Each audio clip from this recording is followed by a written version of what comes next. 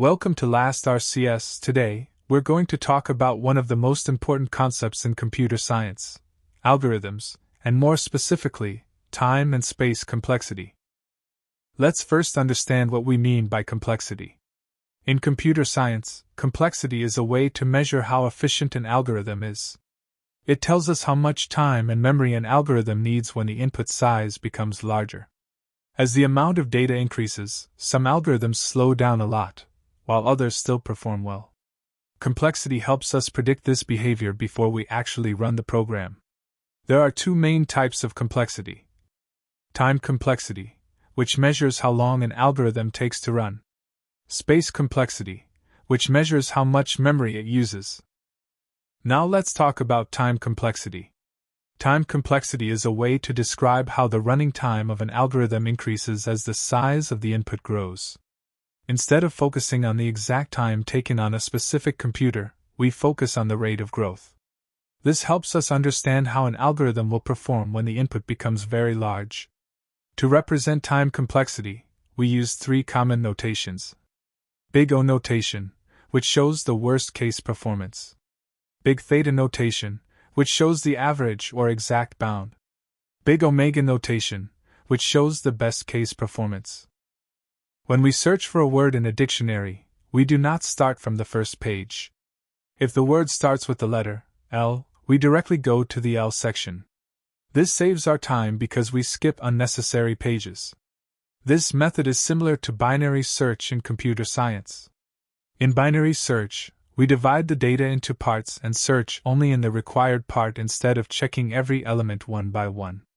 Because of this, the number of comparisons is reduced and the search becomes faster and more efficient. So, searching in a dictionary is a real-life example of binary search. Now let us understand binary search. Binary search is used when the data is already sorted in ascending or descending order. In this method, we first check the middle element of the list. If the middle element matches the value we are searching for, the search is successful. If the middle value is greater, we move to the left half.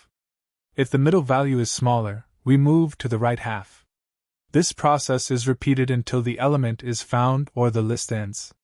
Because we divide the data into half each time, binary search is very fast and efficient. Here is the pseudocode code for binary search. If you want, you can note it down. But when if the elements are not arranged? Linear search is used when elements are not arranged in any specific order. In this method, we search elements one by one, starting from the first element and moving towards the last element. For example, if we want to find a number in a list, we compare it with each element until we find the required value or reach the end of the list. This method is simple, but it can take more time because every element may need to be checked. The time taken for linear search is O(n), where n is the total number of elements. So, linear search is easy to understand but not very fast for large data. Here is the pseudocode for linear search. If you want, you can note it down. To conclude, we can say that binary search is more efficient than linear search. In linear search, we check elements one by one, which takes O(n) time. But in binary search, we divide the data into parts and search faster, which takes only O log n time.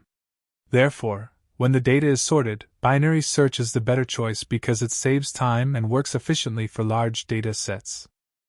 Space complexity tells us how much extra memory an algorithm needs as the input size increases. It helps us understand whether an algorithm uses less or more memory. The space used depends on things like variables, arrays, and linked lists used in the program.